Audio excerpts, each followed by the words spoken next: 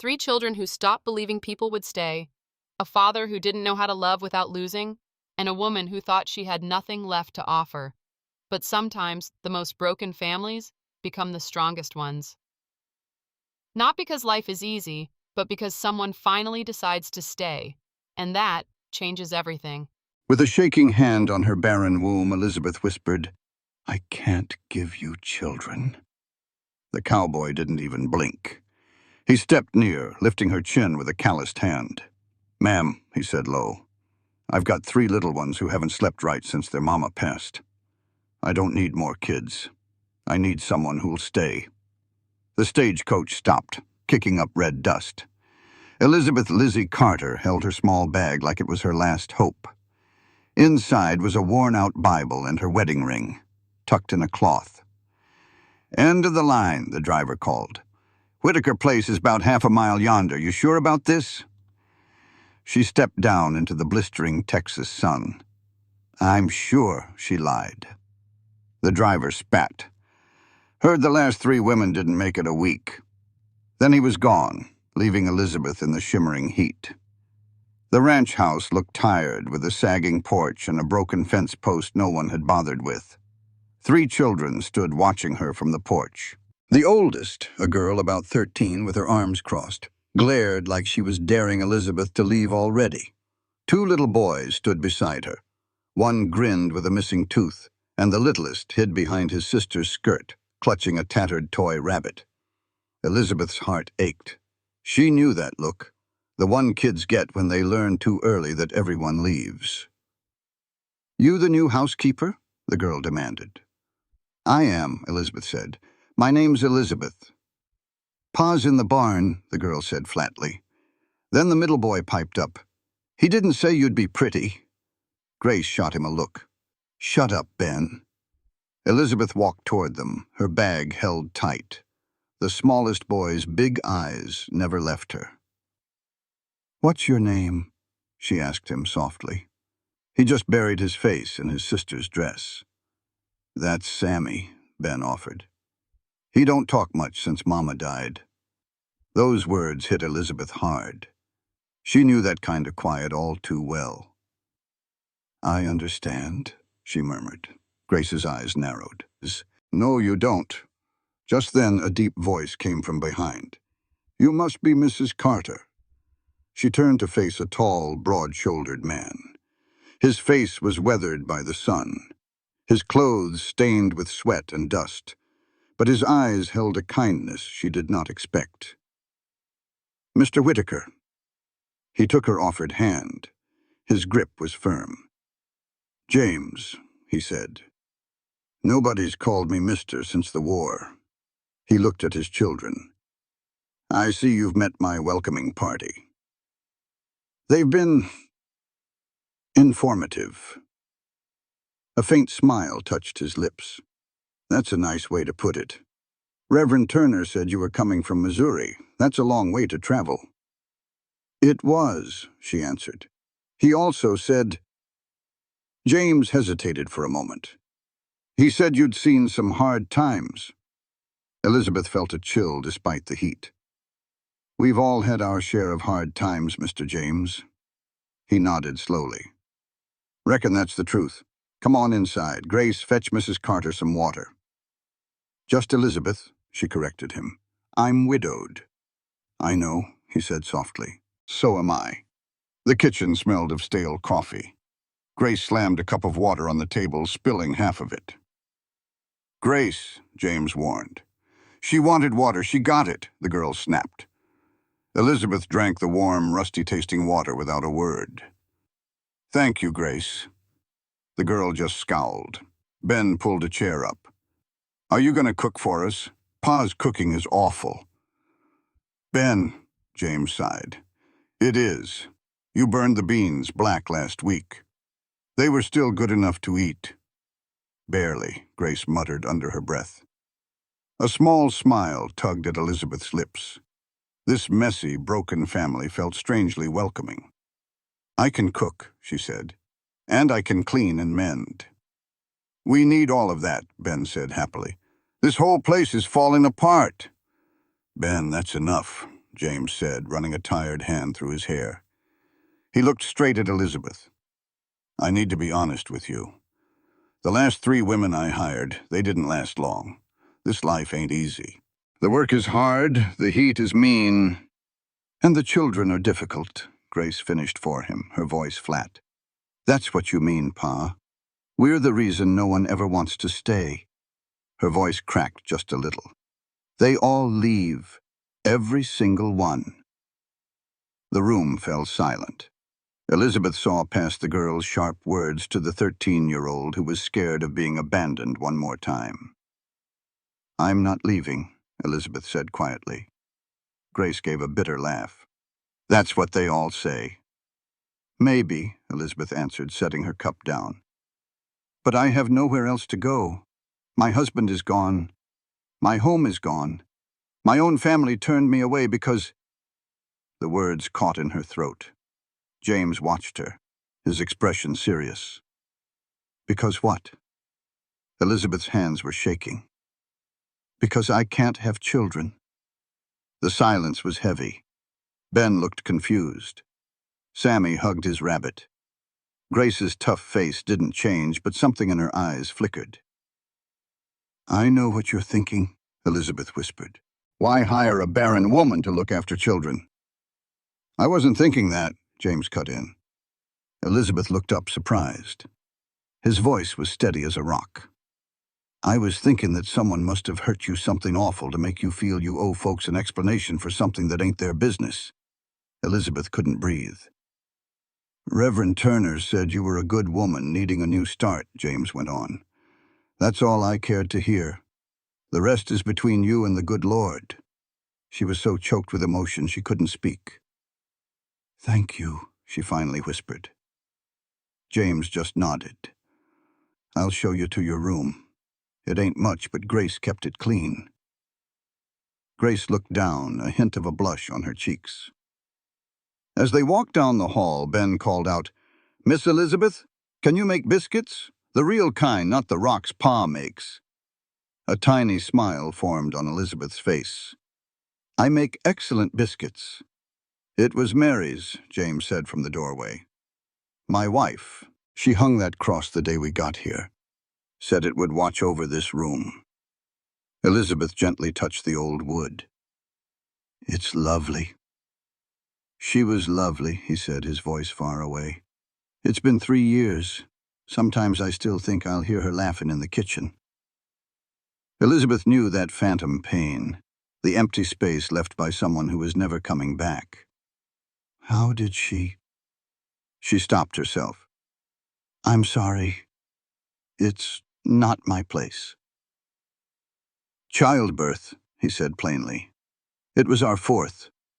We lost them both. Elizabeth closed her eyes, feeling the weight of his loss settle on top of her own. I am so sorry. Folks said it was God's will. He leaned against the door, his arms crossed over his chest. Never felt right to me. Seemed more like God just wasn't looking. I felt that way too, Elizabeth confessed. Their eyes met, and in that moment they understood. 2 souls, shattered by loss, just trying to find a way to carry on. Get some rest, James said. We eat at sundown, and fair warning, young Ben has a big appetite. He paused at the door. Elizabeth, about what you said earlier, about being barren. That don't make you less. It just makes you different. And different ain't bad. This family could sure use some different. He left before she could answer. She heard the children fussing through the walls, but for the first time in a long while, she didn't feel the urge to run. Supper was a storm. Ben chewed with his mouth open while Sammy stared at his plate, and Grace's sharp voice tried to herd them both. James just watched it all, patient as a stone. Still, they all ate the simple stew she had made. Even Grace ate like she was starved. This is good, Ben announced, grabbing for more. Way better than Pa's cooking. I am right here, son. I know. Elizabeth had to hide a smile. Then Ben asked, Can you make apple pie? Mama used to. The air went still. Grace's fork hit her plate. Ben, shut up. But I said shut up. She fled the room, the back door slamming shut. Ben's face fell. I know, son. James sighed. I will go talk to her. But Elizabeth was already on her feet. Let me. James gave her a doubtful look. She ain't friendly to strangers. I know. But maybe she needs someone who is not family right now. He thought on that, then nodded. She will be by the big oak past the barn. It was Mary's spot, her face buried in her knees. Go away, Grace mumbled. No. That got her to look up, her eyes red from crying. I said go away, and I said no. Elizabeth sat down beside her. I am not going to talk, just sit. That is stupid. Probably. They sat quiet as the sun went down. Finally, Grace spoke, her voice barely a whisper. Ben do not remember her. He was only 7 when Mama died, she said, hugging her knees tight. He remembers her pie and her laugh, but he does not remember her face when she held him, or her songs. Someday, he will not remember nothing. It will be like she was never even here. I was there when she died. The words spilled out of her. Pa sent for a doctor, but it was too late. Sammy was screaming, Ben was hiding, and I just stood there. I held her hand and watched her fade. She made me promise, Grace choked out, shaking all over. She told me to take care of them. I have tried so hard, but I am just 13. I do not know how to be a mother, and everyone keeps leaving. She finally broke, her cries raw and ragged. Elizabeth just pulled the girl into a hug. Grace fought it, then melted, crying like the child she was. I have got you, Elizabeth whispered. They stayed there till the stars came out. Walking back, Grace's hand found hers for just a second. James was on the porch. You all right? He asked his girl. Grace just nodded. Going to bed. But at the door she stopped. Miss Elizabeth, I do not hate you. I am just tired of people leaving. I understand. After she went in, James sighed. What did you say to her? Nothing. I just listened. He was quiet a long while. Nobody has done that for her. She needed it. Lots of folks do. James, she said, I meant it. I'm not leaving. He looked her square in the eye. You might change your mind. I might, she said, chin up. But I have survived a dead husband, a dried-up farm, and being told I was worthless. I reckon I can survive your children and this Texas heat. A new respect showed in his eyes. Well then, Miss Elizabeth. A small smile played on his lips. Welcome to the Whitaker Ranch. That night, sleep would not come easy. She listened to the old house groan, to Sammy whimpering and Grace soothing him. This family was broken, held together by sheer grit and a girl carrying too much weight. Elizabeth did not know if she could fix it, but she knew she had to try. So before the rooster even thought about crowing, she was up.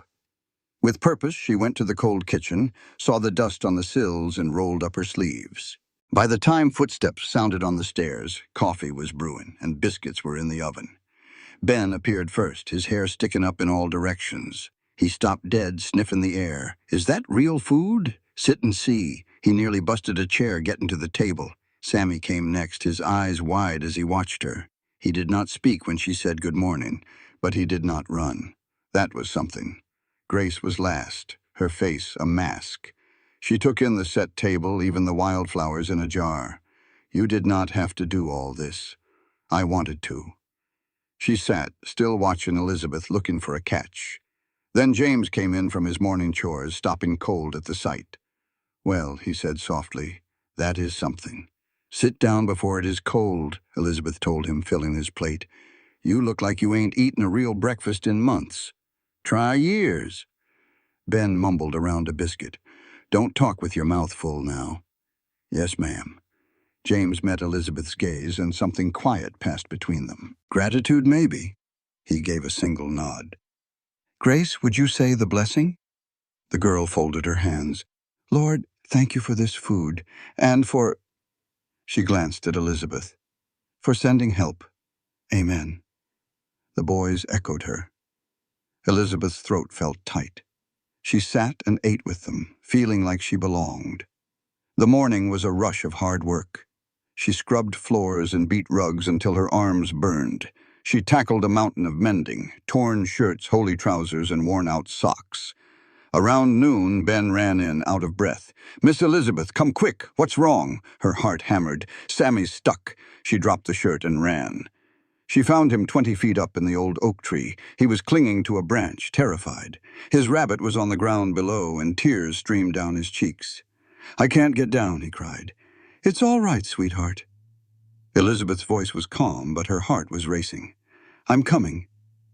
You can't climb in that dress, Grace said. Watch me. Elizabeth grabbed a branch and pulled herself up. Her skirt tore on the bark, but she kept going branch by branch until she reached Sammy. Give me your hand, she said. I'm scared. I know. Just give me your hand. His small fingers clutched hers. Slowly, she guided him down. When his feet touched the ground, Ben cheered. Sammy looked up at her, his face a mess of dirt and tears. Thank you, he whispered. It was the first time she'd heard his voice. Elizabeth knelt, forgetting her ruined dress. You're welcome, Sammy. He hugged his rabbit, then gave her a quick hug, too. It was just a moment, but it was enough to make her heart ache. He ran off, leaving her kneeling in the dirt. Grace stood nearby, arms crossed. The hardness in her face had softened. You really climbed that tree. I did. In a dress. It was that or let him fall. Grace was quiet. Then, so softly Elizabeth almost missed it, she said, Mama would have done the same thing. That evening, James found Elizabeth on the porch with her torn dress. It was her only good one. I heard about the tree, he said. News travels fast around here. He brought out a bundle of blue fabric. Mary's. I was going to give them to the church, but she would have wanted them to be worn. Elizabeth's hands shook as she took it. Inside were 3 simple, well-made dresses. The blue cotton was soft and faded. I can't take these. You can, and you will. James's voice was gentle but firm. You saved my boy in your best dress.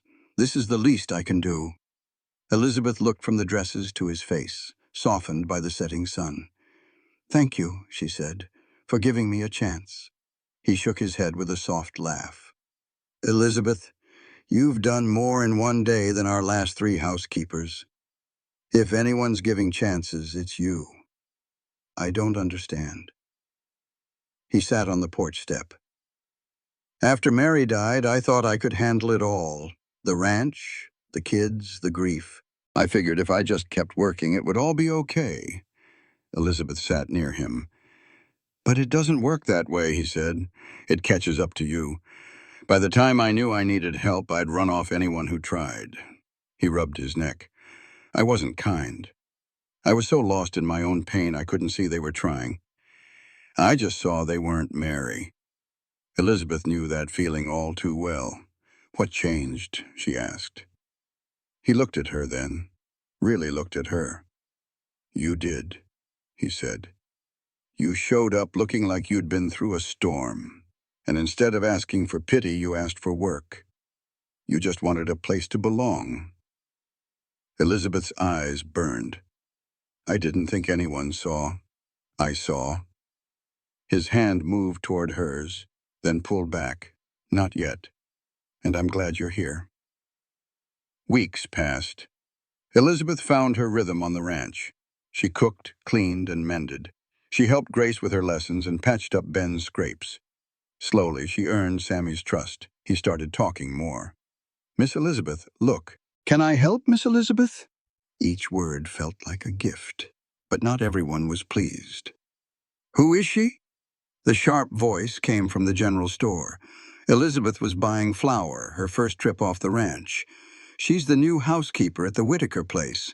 A widow. So young to be a widow. Something's not right there. I heard she's barren. Elizabeth gripped the counter. And James just took her in. A single woman with a widower. It ain't proper. The shopkeeper cleared his throat. That'll be $2, ma'am.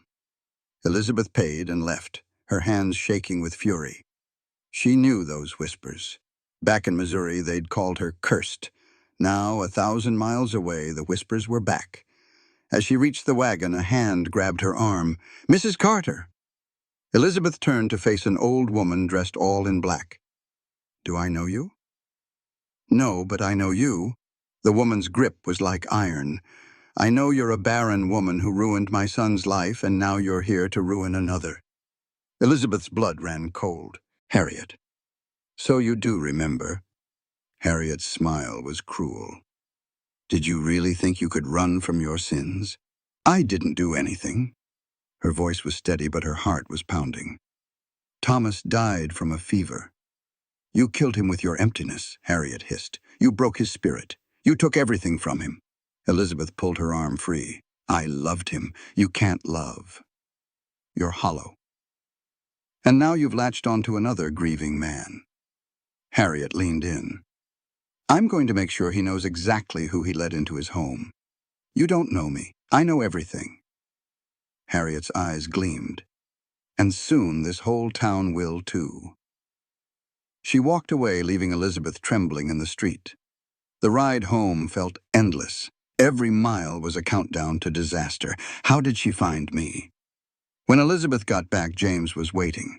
He saw her face and his own grew dark. What happened? Nothing. She climbed down, avoiding his eyes. Elizabeth, you look worn out. James blocked her way. What is it? She wanted to say nothing, to shield him from her poisoned past. But his kind, steady gaze made her tell the truth. My mother-in-law is here. She found me. His jaw went tight. The one who kicked you out? Yes. What's she want? Elizabeth gave a dry laugh.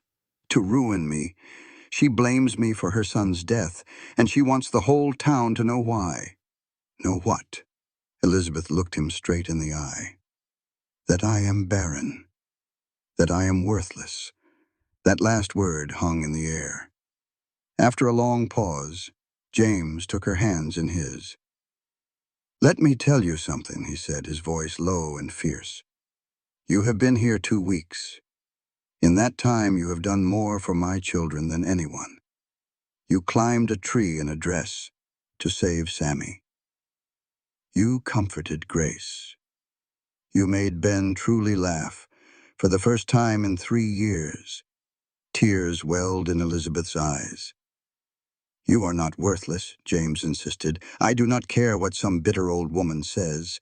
She does not know you. What do you see? He gently lifted her chin. I see a woman that life tried to break, but you got back up. I see someone who could have let the world crush her, but she kept right on fighting. He paused, his voice thick. I see someone I am thankful for every single day. Elizabeth was speechless, letting his words soak into her like a long-awaited rain. Now, James said, stepping back. I am going to unload this wagon. You are going inside for coffee. And tomorrow, when that woman comes back, you will not face her by yourself. James, you are not alone anymore, Elizabeth. He swung a sack of flour onto his shoulder. You best get used to it. He walked to the house, leaving Elizabeth by the wagon, her heart aching with a feeling she had almost forgotten. She was not alone. For the first time in years, she believed it. That night, Elizabeth wrote by the lamp, words just for herself. I only came here for work. I never expected to find a family. I never expected to find him. She stopped, unable to write it down. He was her boss, a man still grieving his wife. She was just a broken woman with nothing to give. She tossed the paper into the fire. But the feeling would not burn away. Something was growing between them, quiet and terrifying. 3 days later, her mother-in-law returned. Elizabeth was hanging laundry when she heard the angry voices out front. She dropped a sheet and ran to the porch. Harriet stood at the fence with a small crowd behind her. Between them and the house stood James, his fists clenched. I will say it one last time, he growled. Get off my land. "This town deserves to know what kind of woman is near our children," Harriet announced. "The only soul in danger here is yours, ma'am, if you do not leave." "She is barren!" Harriet yelled, pointing at Elizabeth. "My son died of a broken heart because of her. She is a curse. That is enough." Grace, all of 13 years old, stepped right in front of Harriet. Her hands shook, but her voice was like iron. "Miss Elizabeth is not a curse. She is the best thing that has happened to us since Mama died. She loves us. And you," Grace's voice broke for a second, "you are just a mean old woman who hates to see anyone happy." Harriet's face turned red. "You little brat." "My daughter asked you to leave," James said, his hand on Grace's shoulder. "I suggest you listen." Ben and Sammy came to Elizabeth's side, their small hands grabbing her dress. The townspeople started to look away. The preacher cleared his throat. "Perhaps this is not the place." "There is nothing to discuss," James said. "This woman is not welcome here. Anyone with a problem with Elizabeth Carter has a problem with me." One by one, the crowd drifted off. Harriet gave Elizabeth a look of pure hate before she left. "This is not over," she hissed. "Yes," James said quietly, "it is." When the buggy was gone, Elizabeth's knees buckled. Grace caught her. "I am so sorry," Elizabeth whispered through her tears. "I never meant to bring this trouble to you." "Stop," Grace said, holding her tight. "You are family now. We protect our own." Ben squeezed her hand. "Do not go, Miss Elizabeth," Sammy pleaded. Elizabeth hugged the 3 children who were now her whole world. "I am not going anywhere," she promised them. Over their heads, she saw James watching. His voice was thick with feeling when he spoke. "You heard her. She is staying." For the first time, Elizabeth felt like she was truly home. Later that night, James found her on the porch steps. "Quite a day," he said, sitting beside her. She agreed. They sat in the quiet for a time. "I should have told you about Harriet sooner," Elizabeth said. "I just thought I could outrun my past." "You cannot outrun it," James said. "I have tried." "What were you running from?" He was quiet for a long time. "After my wife Mary died, I blamed myself. I was the one who wanted another child. She was afraid. The last one was rough. But I talked her into it, said God had our backs." His voice turned to stone. He did not. "So for 2 years, I tried to forget it was my fault with a bottle." "James." "The kids pulled me out," he went on, "mainly Grace. Found me in the barn, passed out. She just cried, real quiet and sad, and said, 'Mama would want you home, Pa.'" Elizabeth's heart broke for the man he was. "So I came back," James said. "Some days are still a fight, but I am back." He met her eyes. "And now you are here. I am starting to think that was not by chance." Elizabeth was still. "What do you mean?" He gently brushed a stray hair from her face. "Losing Mary shattered something in me. I figured I would be broken for good. But then I see you with my kids, how you care for them." He took a breath. "It makes me think maybe things can be mended. Different, but whole." Tears welled in Elizabeth's eyes. "I am scared," she whispered. "I cannot survive losing someone again." "Neither can I," James said. "But I would rather risk it than always wonder what if." He took her hand. "Whatever this is, I am in if you are." She looked at their hands, his scarred and hers calloused. A perfect fit. "I am in." On that porch, under a sky full of stars, 2 broken hearts started to mend. The weeks after were the best of her life, filled with the sound of laughing children. Each night she fell asleep to the memory of his voice from their long talks on the porch. A change was happening between them, unspoken. It was in a simple touch as they passed, or a look across the table. Even Grace just called her Elizabeth now. For the first time and forever, Elizabeth felt a glimmer of hope. She knew hope could be a dangerous thing, having buried it once before. But here, it felt different, like a promise. She should have known better. The letter came on a Tuesday, left by a rider in a hurry. James found it at the gate.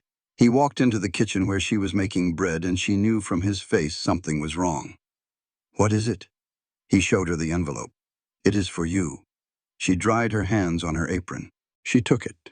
The return address made her blood run cold. Weston family law. "Open it," James said softly. "We will face it together." Her fingers shook as she broke the seal. The words would not sink in. "Elizabeth?" he asked. Her face was pale. "Harriet is suing me," she whispered, "for the farm. She says I forged the papers and stole it." James's jaw clenched. "That is a lie." "I know. Thomas left it to me." Elizabeth's voice shook. "But the bank took the farm. There is nothing left." "Then what is she after?" Elizabeth's stomach twisted. "Damages. $500 or," she trailed off. "Or what?" "Or she will have me thrown in jail for fraud." The kitchen was dead silent. "She has no proof," James said. "She does not need it. She has money, and a town that thinks I am trash." She slumped into a chair. This is her revenge. Since gossip did not work, she is using the law. James knelt in front of her. "Look at me." His voice was iron. "She will not win. You are not alone in this. Do you hear me? $500, James? How? I have savings." She pulled back. "No. I will not take your children's inheritance. I am offering, and I am saying no," she said, standing up. "I will not be your charity case, another burden for you." "You are not a burden," James said, rising. Frustration was clear in his eyes. "When will you see that? You are not charity, you are." He stopped short. The words just would not come. Elizabeth's heart pounded. "I am what?" she asked. His hands clenched at his sides. "You are everything," he finally said. "Everything I did not know I was missing." She could not breathe. "James, I know it is too soon," he said, stepping closer. "But I love you, Elizabeth, and I will be damned if I let that woman take you from me." Tears filled her eyes. "I love you too," she whispered, "but I will not let you sacrifice for me." "Then we find another way," he said, taking her hands, "together." Just then, feet pounded on the stairs. "Pa! Miss Elizabeth!" Ben ran in, panicked. "Grace is gone." Elizabeth's heart stopped. "Gone where?" "She left a note, said she would fix it." James snatched the paper and read it. Grace had overheard everything. She was going to find Harriet and make her stop. Elizabeth's blood ran cold. "We have to find her." James was already at the door. "Ben, stay with Sammy, but Pa, stay here." Elizabeth grabbed her shawl and followed. They rode hard, fear driving them. Grace was only 13. At the crossroads, James pointed. "There." Elizabeth's stomach sank. Grace stood facing Harriet Weston's buggy, fists clenched. They could hear Harriet screeching as they galloped closer. "You foolish girl. Do you really think? Do you think she wants you? That woman can't have babies of her own. She's just using you. That is enough." James swung off his horse, standing right between Harriet and the girl. Harriet staggered back, her face a mask of pure fury. "How dare you? This child came telling me to drop my lawsuit, as if I'd listen to her." "She is not ordering you." James's voice was low and tight. "She is begging you to leave her people alone." "You ought to listen." "Her people?" Harriet's laugh was a nasty, grating sound. "That woman is not her people. She is a leech who fed on your sorrow and took your children." Elizabeth got down from her own horse and went to Grace. The little girl was trembling, tears just pouring down her cheeks. "I am so sorry," Grace cried. "I really thought she would listen." "Shh! It is all right now." Elizabeth held her close. "You were so brave. But these are not your fights." "Yes, they are." Grace looked up, her eyes blazing through the tears. "You are my family now. You are the only mama I have, and I will not let that awful woman hurt you." The word hit Elizabeth like a physical blow. "Mother." Grace had called her mother. Harriet's face twisted up in disgust. How sweet. The barren woman found another child to fool. "Does it hurt, Elizabeth?" knowing you will never have a real one, that these children will see you for what you are. Say one more word. James stepped toward her, his voice a dangerous whisper. One more word about my children, or Elizabeth, and I will forget you are an old woman. Harriet's eyes shot wide open. Is that a threat? It is a promise. James stood over her, his whole body tense with anger. Leave, now. Go on back to Missouri. Drop that lawsuit, and you will never come near my family again. Your family? Harriet sneered. She will never be family. She cannot give you what you need. She does not have to give me a thing. James's voice was sharp as a crack of lightning. I just need her to stay. That is all. And she has. Every single day. She loved my kids when nobody else did. She kept us all from falling to pieces. And you think your papers and your poison can break that? Harriet's face went white. You are a fool, she hissed. Just like my boy was. Maybe so. James stepped back, his hand finding Elizabeth's. But I would rather be a fool who loves than a bitter old woman dying all alone. For a second, nobody breathed. Then Harriet turned, her dark dress spinning, and got in her buggy. She drove off without a look back, but her last words hung in the air. This is not over. It will never be over. Elizabeth watched her disappear, her heart hammering. Let us go home, James said softly. The ride back to the ranch was quiet. Grace leaned her head on Elizabeth's shoulder, her breathing finally evening out. When they got there, Ben and Sammy were waiting. Sammy ran right to Elizabeth, hugging her tight. You came back, he said. I was worried. I will always come back, Elizabeth promised, kneeling down to look him in the eye. Always. That night, with the children in bed, Elizabeth and James sat in the quiet kitchen. The lawyer's letter was on the table, a stark reminder of the fight to come. She will not stop, Elizabeth said. You heard her. Then we will fight. James took her hand across the table. For as long as we have to. With what? We have no money, no one important on our side. We have us. We have the kids. We have the truth. James gave her hand a squeeze. Sometimes that is all you need. Elizabeth wanted so badly to believe him. She wanted to think that goodness could win, but life had taught her otherwise. There is something I never told you, she finally said. James looked at her, his gaze intense. What is it? Elizabeth took a shaky breath. The secret she had held for 3 long years felt like a stone in her chest. Thomas did not die from a fever, she said, her voice barely there. That is the story we told. It is on the death certificate. But it is not what happened. James just waited, watching her. He ended his own life, Elizabeth whispered. After the 3rd year of trying for a child, the doctor said it was hopeless.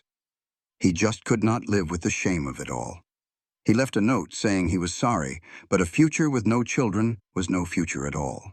The tears came then. I found him. I tried to help, but I was too late. And his mother, she said it was my fault. She said my empty body killed him. James's hand tightened around hers. And a part of me, Elizabeth choked out. A part of me thought she was right. For 3 years, I have lived with that blame, wondering if I truly am broken. For a long while, James was silent. Then he got up, came around the table, and pulled her into his arms. She broke down completely, sobbing against his chest. Now you listen to me, he said, his voice thick with feeling. Thomas made a choice, a heartbreaking choice. But it was his, not yours. You did not do this. The sadness did this. The hopelessness did this. Not you. Never you. How can you know that? He gently held her face, because I know how it feels to want to quit. After my Mary passed, I had nights where I thought about joining her. The hurt was so bad it was hard to breathe. But I did not, because of my children, and because I knew somewhere inside me. But Thomas could not find his reason, James said gently. The darkness was too deep. That was not on you, Elizabeth. You loved him, you tried. It was not enough. Nobody could have been enough, he said, wiping her tears. Some fights are just too big. It does not make the love worthless. Elizabeth took a breath. Harriet will use this. Let her try. I will be right beside you. Why, she finally asked. Why risk it all for me? He smiled. Because you showed up looking like you had lost everything, and just asked where to start. Because you saved my boy in your Sunday best. Because you make this place feel like a home again. He rested his forehead against hers. And because I love you, he said. Simple as that. For 3 years, she believed her empty womb made her unworthy of love. She thought she would spend her life paying for a sin she never committed. But in this man's arms with these children, she finally understood. Her worth was never about what she could not give. It was about what she chose to give. And she chose this family, this man, this life. I love you too, she whispered. He kissed her, a slow, soft promise. As the sun began to rise, he pulled back. Marry me, James said. Elizabeth gasped. What? I know it is fast, but I do not want to waste another day pretending we are not already a family. He took her hands. Marry me, Elizabeth. Be my wife. Let us make this real. She looked at the man who had defended her, who had taken her in, and who had loved her when she felt worthless. Children like they were his. No, not his. They were their children. Yes, she said. Yes, I will marry you. A huge grin spread across James's face, making him look younger. He swept her up in his arms, lifting her right off the floor. You have just made me the happiest man in the whole state of Texas, he said. Just Texas? She teased. Well, I have not had a chance to check the other states yet. Let us not get carried away. Elizabeth laughed, a real, happy sound she had not heard from herself in years. They were still smiling when Grace came into the kitchen, rubbing the sleep from her eyes. What is going on? She asked. Why are you all so happy? James put Elizabeth down but kept an arm around her. Grace, what would you think about Elizabeth being your new stepmama? Grace's eyes got wide. You're getting married? If that is all right with you all. For a second, Grace just stood there.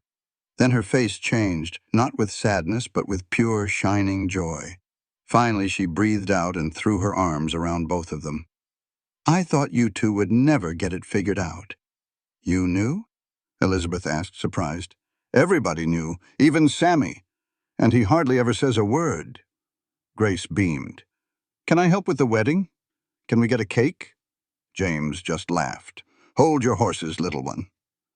But she was already gone, yelling for her brothers that Pa and Miss Elizabeth were getting hitched. Laughter filled the house. Elizabeth leaned on James, her heart full to bursting. You sure about this? He whispered. She watched the happy chaos of the kids. I've been ready my whole life, she said softly. I just didn't know it. As the sun rose, she felt she was finally home. But that sweet peace shattered when a rider came barreling in, all dust and thunder. He handed James a letter. It was from the county courthouse. Elizabeth watched from the porch as all the color drained from James's face. What is it? She called out. He walked over slowly. It's Harriet, he said, his voice empty. She's telling the court you're a danger to the children. She wants you removed. The ground felt like it fell away beneath her. She can't do that. She already did, James said, handing her the paper. There's a hearing in 3 days. Elizabeth's hands shook as she read the legal words accusing her of being a corrupt fraud. She's trying to take me from them.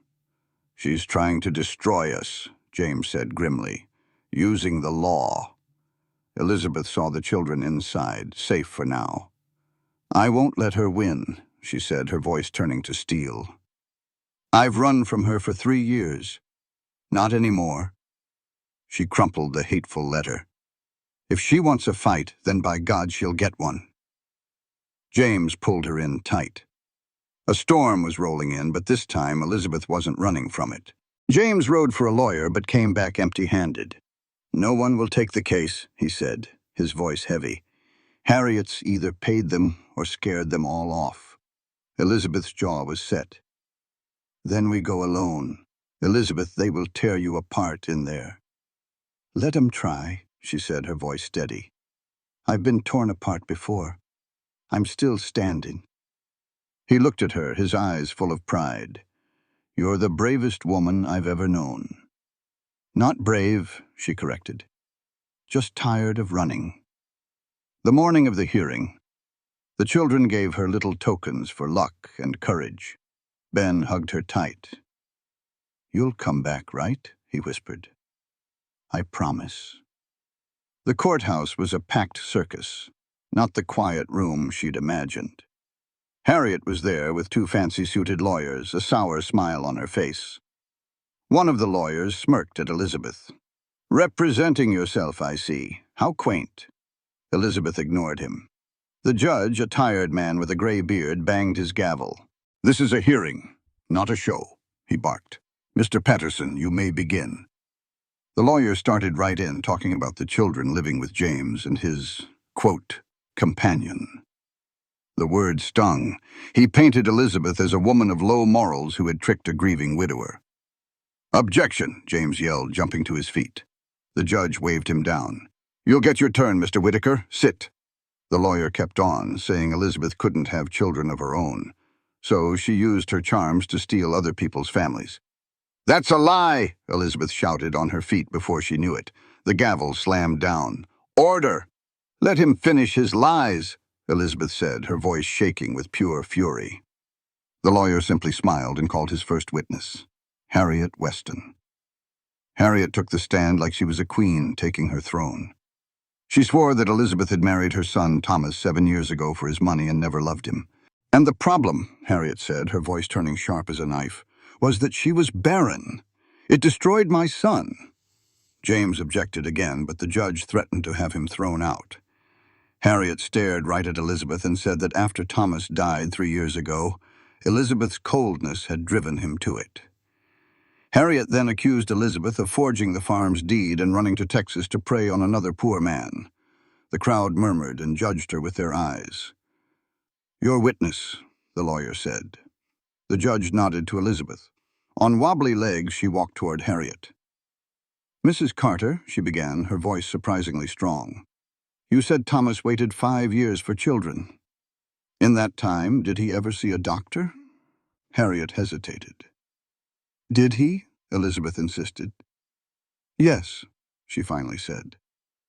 And what did the doctor say? The courtroom fell silent. Harriet's voice dropped to a whisper.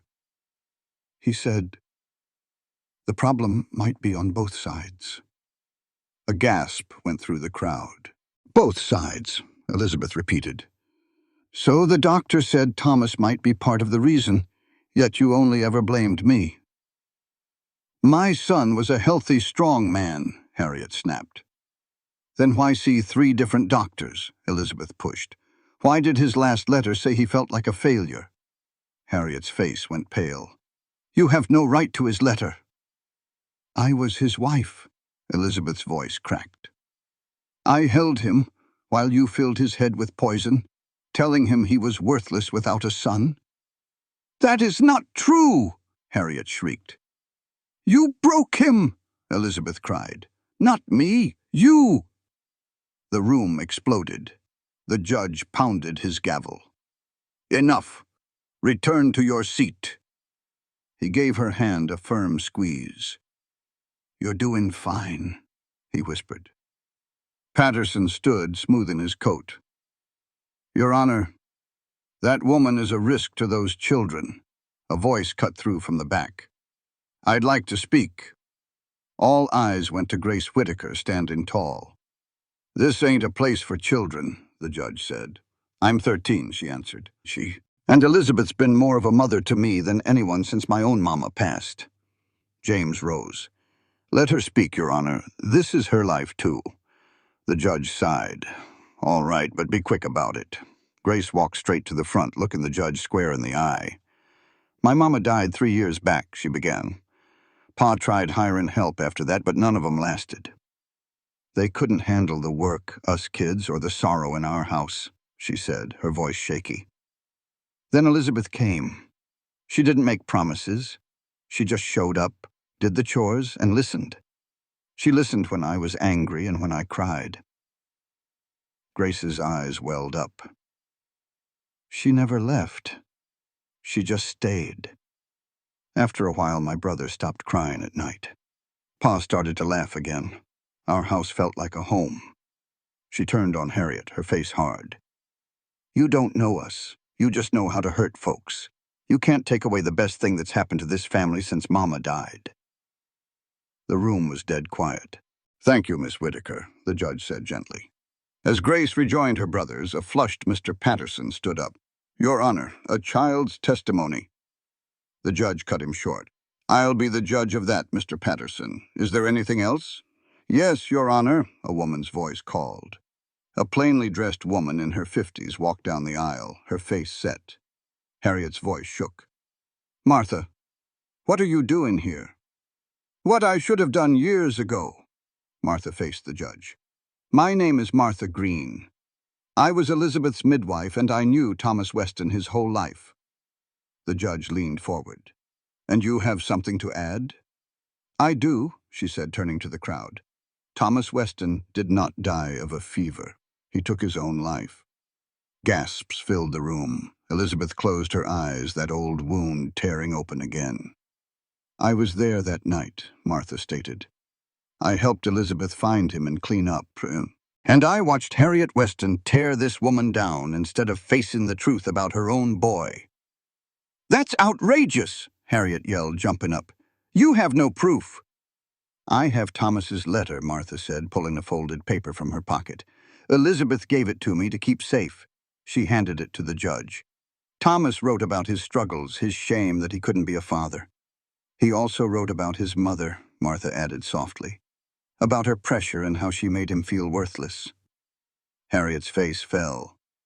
Thomas loved Elizabeth, Martha said, her voice strong. He wrote that she was his only light in the dark, but the darkness won. The judge read the letter without a word. When he looked up, his face was like stone. Mrs. Carter, this letter says the opposite of everything you've told this court. It's a fake. The handwriting matches the samples you gave us. The judge's voice turned to steel. Ma'am, you have wasted this court's time with a vendetta built on spite. You've slandered a good woman. Harriet's lawyers started packing their bags. Case dismissed, the judge declared, and I'm issuing a restraining order. Stay away from Elizabeth Carter and the Whitaker family. You can't, Harriet shrieked. She killed my boy. Bailiff, remove her. Elizabeth watched them drag Harriet out, her screams fading down the hall. The nightmare of the last 3 years was finally over. James pulled her into a tight hug. You did it, he whispered. We won, she corrected, her voice full of tears. Grace was the first to reach them. Then Ben and Sammy piled on, a mess of arms and happy cries. Martha Green watched them all with a soft smile. Elizabeth stepped away from her new family, and Elizabeth went to the old woman. Why keep that letter? Why come all this way? Martha took her hands. I saw you carrying a weight that wasn't yours. I couldn't let you do it alone. Through her tears, Elizabeth struggled to find words. Just live well, Martha said. Just live. Be happy. That's all the thanks I need. The wagon ride home felt lighter. The awful burden Elizabeth had shouldered for 3 long years had finally lifted. She sat beside James while the children chattered in the back. Elizabeth, he said softly, I was serious about us getting married. She met his gaze. I know. Good, he said, pulling the horses to a halt. 'Cause I'm not aiming to wait. He turned to face her square. The preacher's right here in town, and so is the courthouse. We could get married today. Elizabeth was stunned. Today? Why not? We've waited and fought long enough. I'm ready to start our life right now. From the wagon bed, the children all started begging her to say yes. Elizabeth looked from their eager faces to James, the man who had stood by her through it all. He had taken her in and loved her just as she was. There was no hesitation. "Yes," she said. "Let's do it today." A huge grin spread across James's face, and he kissed her right there as the children hollered. An hour later, she was Elizabeth Jane Whitaker. After a simple ceremony and their promises, the preacher declared them man and wife. Elizabeth felt whole for the first time in ages. She was no longer the outcast woman who had been run out of town, or the widow haunted by her past. She was a wife and a mother to a family that chose her. That evening, they celebrated with a quiet dinner at the ranch. Once the children were in bed, she and James sat on the porch under the stars. "Well, Mrs. Whitaker," he said. She smiled back. "Mr. Whitaker, how's it feel?" She rested her head on his shoulder. "Like I finally stopped running and found I was already home." He held her close. "I love you. I love you too." After a comfortable silence, James spoke. "Elizabeth, are you sure you're all right with the children being enough? With us, not—" She put a finger to his lips. "James Whitaker. James, I have a daughter who showed me what courage is. I have a son who makes me laugh every day, and another son who trusts me enough to speak again. I am not missing a thing. My life is full. This is where I belong." His eyes shone with tears. "I don't deserve you." She grinned. "Probably not, but you're stuck with me." He laughed and pulled her in. "Best decision I ever made." They stayed on that porch for hours, two souls who had found peace together. Tomorrow would bring its own troubles, but tonight she was finally home. 3 months later, the Whitaker Ranch felt brand new. The old buildings were the same, but the feeling inside was different. It was full of laughter, and every morning smelled of fresh bread. For the first time, the children went to sleep without fear. Elizabeth watched from the kitchen as James taught Ben to saddle a horse, and Grace patiently helped Sammy collect eggs. Elizabeth smiled. This was her life now, this loving, chaotic family she never thought she would find. Then the sound of a horse coming hard down the road made her look up. A rider was kicking up a cloud of dust, and Elizabeth's heart seized. A rider in a hurry usually meant bad news. She stepped onto the porch just as James saw him. He met the rider at the gate, his hand drifting toward the rifle resting there. The young man, breathing hard, handed James a folded paper. "Message from the sheriff. Said it was urgent." James's jaw clenched as he read it. Elizabeth came to his side. "What is it?" "Harriet Weston died last night." Elizabeth's breath caught. "What?" "A fever, the sheriff says. She never made it back to Missouri." "She collapsed at the boarding house in town," James added. Elizabeth felt a strange mix of relief and sorrow. This woman had tried to ruin her, but she was still a mother who had lost her only son. "There's something else," James said quietly. "She left a letter." "Who for?" "For you." His words hung in the air. Elizabeth's hands shook as he passed her the envelope with her name scrawled on it. "You don't have to read that," James told her gently. "We can burn it if you want." A part of her wanted to watch Harriet's final words turn to ash. But another part had to know. "I'll read it." She sat on the porch, the children watching nervously from behind James. She opened it. The letter was short, the handwriting shaky. "Elizabeth, I blamed you because I couldn't blame myself. Thomas was my only son." The letter explained that when he died, it was easier to hate Elizabeth than to face the truth of her own part in it. For 3 years, she wanted Elizabeth to suffer as she had. But seeing Elizabeth in that courtroom, defended by those children, she realized her real enemy had been grief. It ended by saying she did not expect forgiveness, but now believed Thomas had been right about her all along. She was sorry. Elizabeth read it twice, then folded the paper to her chest. James sat beside her. "What did it say?" "She apologized," Elizabeth whispered. "After everything?" She apologized. He asked if she believed her. Elizabeth took a long moment, then nodded. I do. I don't know if I can forgive her, not yet. But I believe she meant what she wrote. James put his arm around her. That's enough for now. Grace came closer, her face full of concern. Is everything okay? Elizabeth looked at her daughter and felt the last chain of her past finally break. She took the girl's hand. Yes, darling. Everything is okay. The weeks that followed were the most peaceful Elizabeth had ever known, like the quiet stillness after a long storm. She settled into the rhythm of ranch life. She taught the children, cooked, gardened, and every night she fell asleep beside James, feeling deeply happy. But life on the frontier always had another test. It started when Sammy seemed tired for a few days. Elizabeth thought nothing of it, until a dry, harsh cough started and it just would not go away. He'll be fine, Elizabeth told James. But the next morning, Sammy was burning up. Elizabeth never left his side, pressing a cool cloth to his head, getting water past his dry lips. His little body would shake with chills, then get hot as a furnace. Don't feel good, he rasped, so quiet she had to lean in. I know, darling. You'll be all right.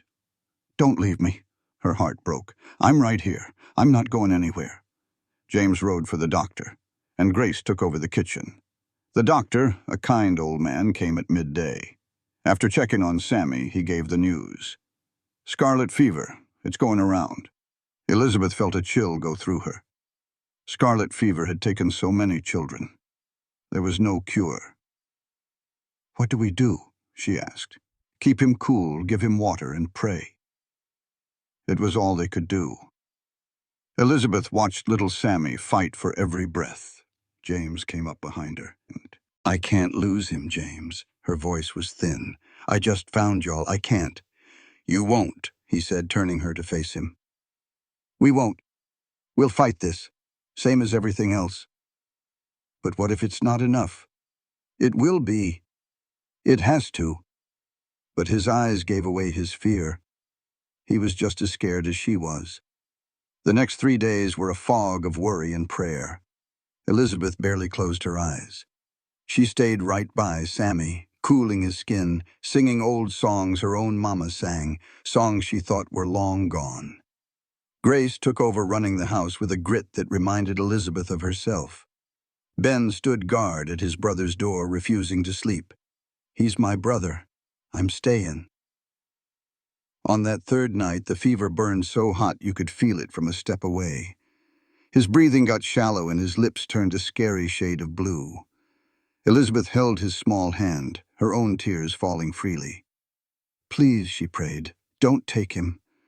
I know I didn't give birth to him, but I love this boy with my whole heart. Please don't take him! The only sound was Sammy's ragged breath, then a tiny whisper. Mama. Elizabeth's heart just stopped. Sammy's eyes were open. Mama, why you crying? He called her Mama, not Miss Elizabeth.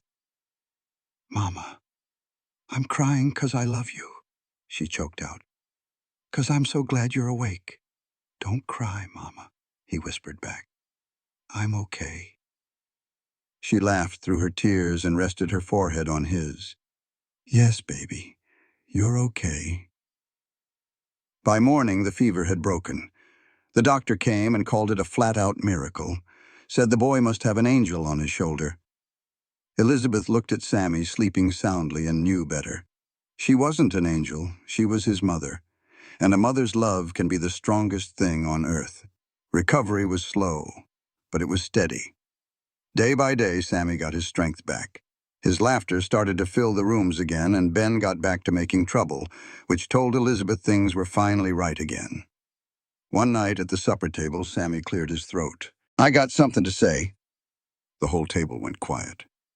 This was the boy who barely spoke. Go on, son, James said. Sammy took a breath. When I was sick, I had a dream. My first mama was there. She was sitting by my bed, just like Elizabeth. She was smiling. Elizabeth felt her throat tighten. She said she was glad I found another mama to love me. She said it was okay for me to love you, Elizabeth. It didn't mean I loved her any less. Tears streamed down Elizabeth's cheeks. So Sammy looked right at her. Thank you. Thank you for staying with me. Thank you for being my mama. Elizabeth got up and knelt by his chair, pulling him into a hug. Thank you for letting me be your mama, she whispered back. It's the best gift I've ever been given. Grace and Ben crowded in for the hug, and James wrapped his arms around them all.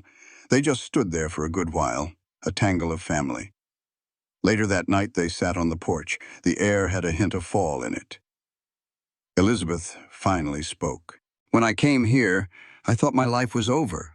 I figured I'd die alone, working for strangers. I never ever imagined having this. A family. A husband. Children who call me Mama. James took her hand in his. You built this, Elizabeth. You fought for it. You earned every bit of it. We built it together, she said. True, he smiled. But you were the one who taught us all how to hope again. You showed up with just a bag and a broken heart. And you gave us everything. She leaned against him, feeling the steady strength of his love. I love you, James Whittaker. I love you too, Elizabeth Whittaker. They sat in a comfortable quiet, watching the stars come out. Pa? It was Grace at the door. She came and sat on the steps. I've been thinking about my first mama. I used to feel guilty loving Elizabeth, like I was betraying her. But I realized something. Mama would want this. She would want us to be happy. She would want Pa to have a reason to smile again. She paused, then looked at Elizabeth. She would want you. Elizabeth's eyes filled up. You really believe that? I do. I know Mama wouldn't want us to be sad forever. Grace stood up and took Elizabeth's hands.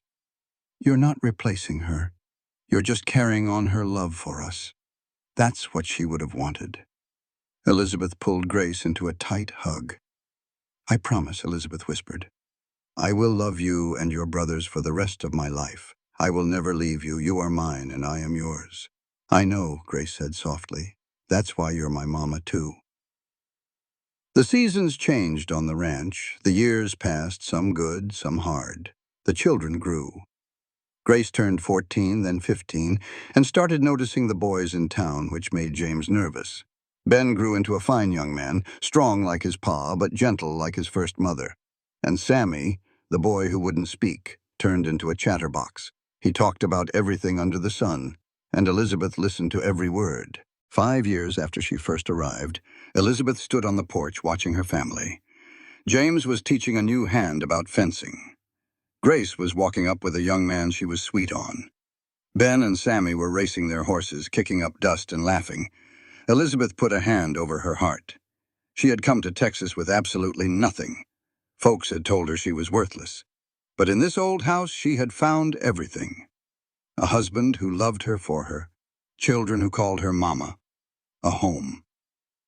James came up the steps. What are you thinking about, Mrs. Whittaker?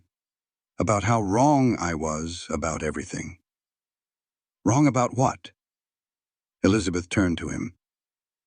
I spent so many years believing I was broken, that my only worth was in having babies. I thought if I couldn't have my own children, I didn't deserve to be loved. She touched his face. But love isn't about what you produce. It's about what you give from your heart. She smiled. I gave this family everything I had, and they gave it all right back to me. James covered her hand with his. You are the best thing that ever happened to us, Elizabeth. And you're the best thing that ever happened to me. He kissed her, soft and slow. Mama, Papa, come see, Grace called from the yard. Elizabeth laughed. Duty calls. Always does, he grinned, taking her hand. Come on, Mrs. Whittaker. Our family is waiting. They walked down the steps together toward the laughter and love that filled their life. Elizabeth had been called broken for years, but now she knew the truth. She was never empty, just biding her time, waiting for her people, her true family, to finally see her worth. And now, at long last, she was whole. Not because some man came along and saved her, but because she made a choice to save herself. She flat out refused to give up when the world told her to quit. She chose hope when despair was easy, and she chose love when hate felt safe. Those choices built a life more beautiful than any she had dreamed of. The sun bled gold and crimson over the Whitaker ranch. Elizabeth took a deep breath of sage and dust. That was the smell of home. This was her story, her family, her legacy. And the best part was just getting started. See, the truth is simple. Family is not about blood. Love is not about being perfect. And your value is measured by the heart you choose to give. Elizabeth Jane Whitaker gave everything she had and got back more than she ever prayed for. So if you have ever felt broken or alone, remember this. Your story is not over. What you are missing does not define you. Somewhere out there, your family is looking for you just as hard as you are looking for them. All you have to do is keep going, keep hoping, and keep on loving. One day you will find your way home, just like Elizabeth did. At the end of the day, this story isn't just about one woman. It's about what happens when people choose each other, despite pain, despite fear, despite the past. On this channel, we bring you stories of the Wild West, cowboys, love, motherhood, and the powerful compassion between people. The meaning of this story, family, is not about blood. It's about who stands beside you when life gets hard. If this story stayed with you, don't forget to like, comment, share, and subscribe, because your support helps keep these stories alive. The story you are about to read is entirely fictional. While it may draw inspiration from universal human experiences, it does not depict real people or actual events. Any perceived parallels are coincidental and should not be interpreted as deliberate representations. Out here, where the land stretches farther than the eye can see, and the wind carries stories older than memory, people often believe that strength is measured by what you can build, what you can own, or what you can leave behind. But this story reminds us of something far deeper, something quieter, something far more human. She came into that dusty ranch with nothing but loss in her heart and doubt in her soul. The world had already judged her, labeled her, and discarded her for something she could not control. She believed she was broken, incomplete, less than. And yet, in a place where no one expected her to stay, she chose to do the hardest thing anyone can do. She chose to love. Not the kind of love that is easy or romantic at first glance, but the kind that wakes before sunrise, that listens without judgment, that stays even when it would be easier to walk away. She gave pieces of herself, day after day, to a family that didn't know how to trust anymore. And in doing so, she discovered something the world had tried to take from her, that her worth was never tied to what she could produce, but to what she was willing to give. He too carried his own ghosts. A man hardened by grief, weighed down by guilt, convinced that some wounds could never heal. But love doesn't arrive as a miracle. It arrives as a choice. And he chose to see she, not as the world described her, but as who she truly was. In that choice, he rebuilt not only his family, but himself. And then there are the children, perhaps the quietest, yet most powerful truth in this story. They had every reason to close their hearts, to push people away before they could be hurt again. But even in their fear, there was still a fragile hope, a silent longing for someone who would stay. And when she did, when she stayed through the anger, the silence, the pain, they learned that love does not disappear. It transforms. That is the heart of this story. It tells us that family is not always something we are born into. Sometimes it is something we choose, something we fight for, something we build piece by piece through patience, forgiveness, and courage.